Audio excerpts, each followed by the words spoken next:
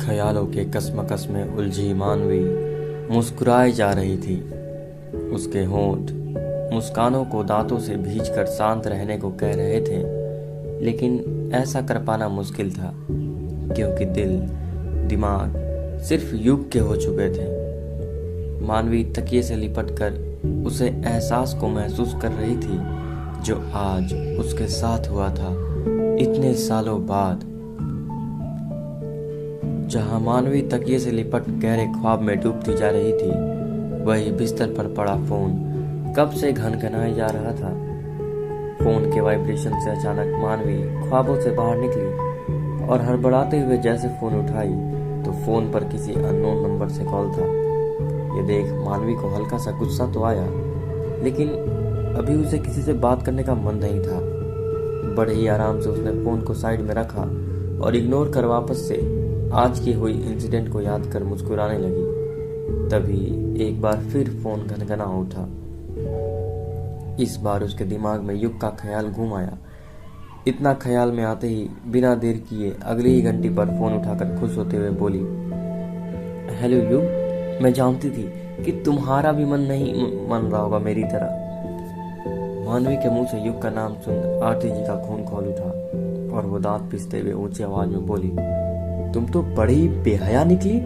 पहले मेरे बेटे को फंसाई, फिर मेरे पति को, उसके बाद एक्सीडेंट का बहाना कर गायब हो गई। चुड़ैल कहीं की, मर नहीं गई थी तो मर क्यों नहीं गई, बच क्यों गई, मेरा पति तो खा ही गई।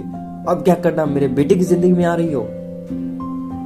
आरती जी की बात सुन मानवी सन्न थी। इस वक्त वो क्या बोलते जा रही थी वो खुद भी नहीं सोच रही थी। यह सुनकर उसकी आंखों में आंसू आ गए। इससे पहले कि मानवी कुछ कह दी, तभी चिल्लाते हुए आरती जी आगे बोली, एक बात कान खोलकर सुन लो, तुम हमारी बहू नहीं हो, इसलिए अपने जहन से युग का ख्याल तो निकाल ही दो।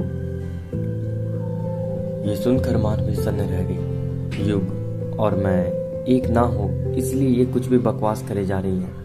यही सब सोचकर मानवी बोली, युग आपकी प्रॉपर्टी नहीं, बेटा है। उसका मोल करने की जगह उसकी खुशियों से रूबरू होती तो शायद वो भी खुश होता। उसके बाप उसके लिए वही कर रहे थे। मुझे लगता था कि शायद आप अच्छी होंगी, बस गुस्से में कुछ भी बोल देती है, लेकिन आप तो सच में घटिया से भी घटिया औरत निकली। अब तुम बताओगी मुझे? नहीं आंटी, अब वो बताएगा जो ऊपर बैठा सब देख रहा है। मैं युग की हूं या नहीं हूं वो तो उसके हाथ में है, लेकिन अगर मेरी जगह कोई और आपकी बहू बनी तो आपकी सामत तय है।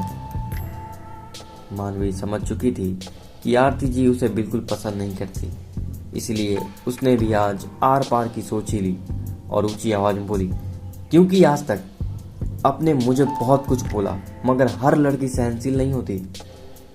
इतना कह मानवी फोन कट कर दी, क्योंकि उसे सच में पहले से पता था। फिर विश्वनाथ जी के सपोर्ट के सिवा कोई ना था उनके साथ। यही सोच मानवी की आंखें भलभला गई और वो रो पड़ी। कुछ देर बाद खुद को संभालते हुए मानवी बोली, इतनी ईर्ष्या क्यों? इन्हें हमसे क्या बिगाड़ा है मैंने? इधर जहां मानवी कमरे में बिस्तर पर तकिए से लिपटे रोई जा रही थी, दूसरी तरफ अगला चाल चलने के लिए आरती जी एक बार फिर कुछ नया प्लान कर रही थी। इसे तो मैं छोड़ूंगी नहीं, कुछ भी करके इसे रास्ते से तो हटाना ही होगा। तभी बिस्तर पर पड़ा फोन घनघना उठा। फोन की तरफ ज्यों ही देखी मानवी के चेहरे पर हल्की सी मुस्कान उभर गई और वो फोन युग का था। फोन उठाते ही मानवी ने हल्के गुस्से भरे अंदाज में कहा, हम आपके हैं ही कौन जो बार बार हमारे फोन पर फोन कर रहे हैं? मानवी के मुंह से अचानक ये सुनकर युग की हंसी छूट पड़ी। मोहतरमा, आप तो वो हैं जो इस नाचीज के जान में जान बसती है। आपसे दिन आपसे रात होती है। ये सुनते ही मानवी को गुस्सा आया और वो नाक फुलाकर सीधे बोली, देखो युग, तुम ना सुधर जाओ। ये लाइन वाइन ना अपनी मम्मी से ही पूछ कर मारा करो, वरना पता नहीं कब वो पागल औरत की तरह दौड़ा पड़ जाता है उन्हें। मानवी का इतना कहना कि युग ने परेशान होकर कहा, क्या हुआ, मम्मी आई थी क्या? युग के मुंह से यह सुन मानवी सन्न रह गई, क्योंकि उसने तो थोड़ी देर पहले युग को छोड़ देने की सोच ली थी। अब ऐसे में उसे वो सच बताएगी कि उसने क्यों ऐसा कहा तो युग निश्चित ही आरती जी पर फट पड़ेगा।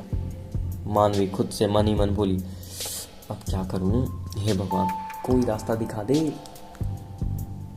तभी युग वापस से बोला, अब कुछ मत बोलना तुम, भले अभी भी प्लानिंग करो कि मैं क्या झूठ बोलूं युग से, लेकिन तुम्हारी चुप्पी ही बता दी कि मम्मी ने फिर कोई घटिया हरकत कर दी। ये सुनते ही मानवी की आंखों से आंसू बह गए और वो रोते हुए बोली, उन्हें मैं चुड़ैल दिखती हूँ, उन्हें लगता है मेरे वजह से पापा आज नहीं रहे।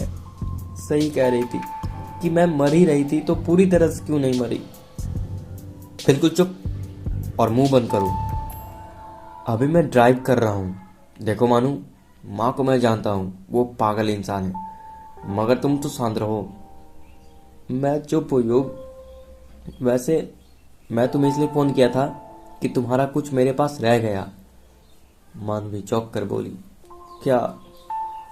शरारत भरे अंदाज में युग ने कहना शुरू किया, हमारी मैडम का दिल और उनकी भीनी भीनी खुशबू। युग की ये बात सुनते ही मानवी बोली, अच्छा तो लौटा जाओ। खुश होते हुए युग बोला, यही तो प्लान कर रहा हूं, बताओ कब वापस करने आऊं। झेपते हुए मानवी बोली, जब दिल करे। युग, अब बताओ ना डार्लिंग। मानवी, तुम रोमांटिक होकर जान निकालो मेरी और तुम्हारी मम्मी विस्फोट करके। ये सुनते ही युग हंसते हुए बोला, माँ याद है जो तुमसे मिली भी नहीं, और मैं याद नहीं हूं, हम देख रहे हैं।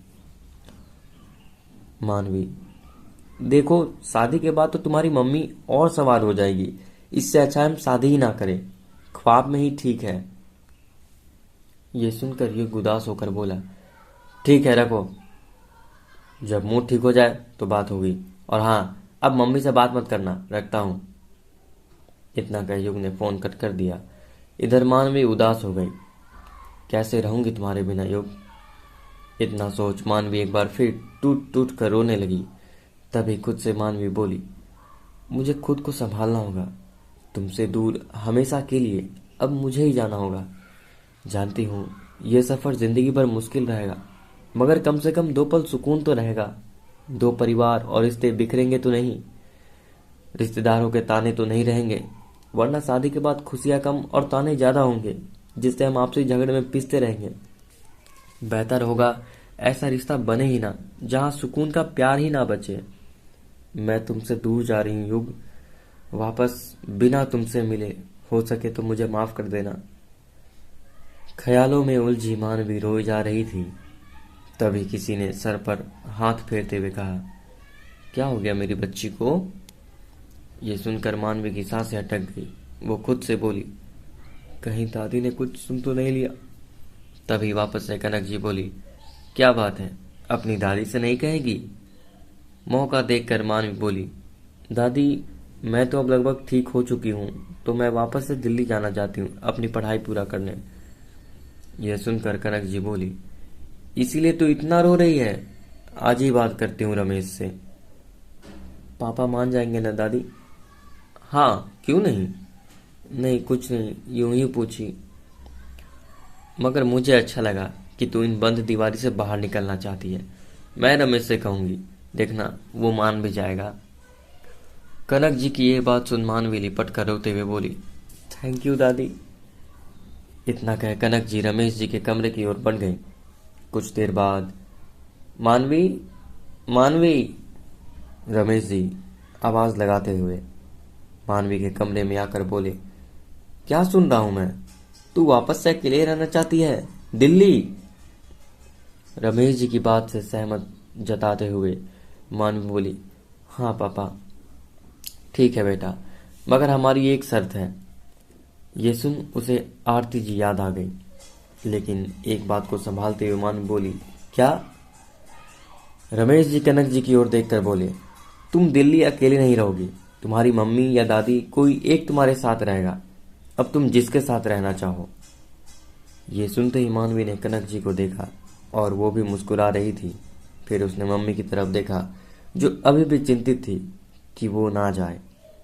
मानवी बोली, दादी को लेकिन जाती हूँ, वो वैसे भी घर में रहती है, उन्हें अकेले बोरियत भी नहीं होंगी। ये सुनकर कनक जी बोली, हाँ ये सही रहेगा। रमेश जी, ठीक है तो 1 हफ्ते में बुक करता हूँ। मानवी चौंक कर बोली, 1 हफ्ता? क्यों? पलट कर रमेश जी बोले, फिर पापा परसों, प्लीज प्लीज। ठीक है, तेरी मर्जी, मगर तू दादी को बिल्कुल परेशान नहीं करेगी, हर पल ख्याल रखेगी, अपना भी और उनका भी। हाँ पापा, रखूंगी। चलिए दादी, पैकिंग शुरू करें।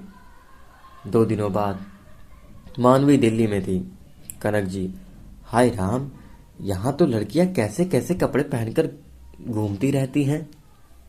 मानवी, ओह कम ऑन दादी, ये दिल्ली है, भोपाल में कौन सा सावित्री बनकर टहलती है। आप भी ना, चलो अंदर।